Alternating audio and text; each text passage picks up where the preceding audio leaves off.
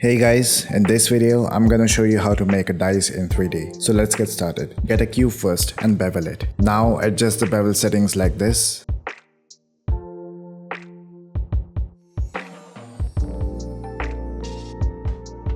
You have to create the faces of the dice now. To do that, just put 2 lines on every face. You will have 9 faces on each side of the cube if you have done this correctly. Once you have done that, select the faces where we want the dots to appear, like this.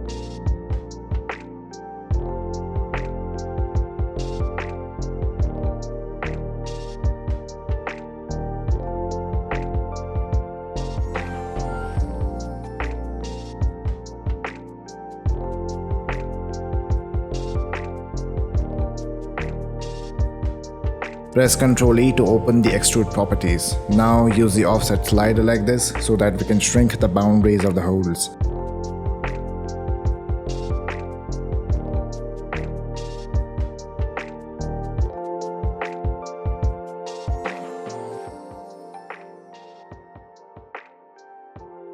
After you have done the offset thing, now again press Ctrl E to extrude the face for the inner side like this. If you have done this correctly, you will have a dice that looks like this.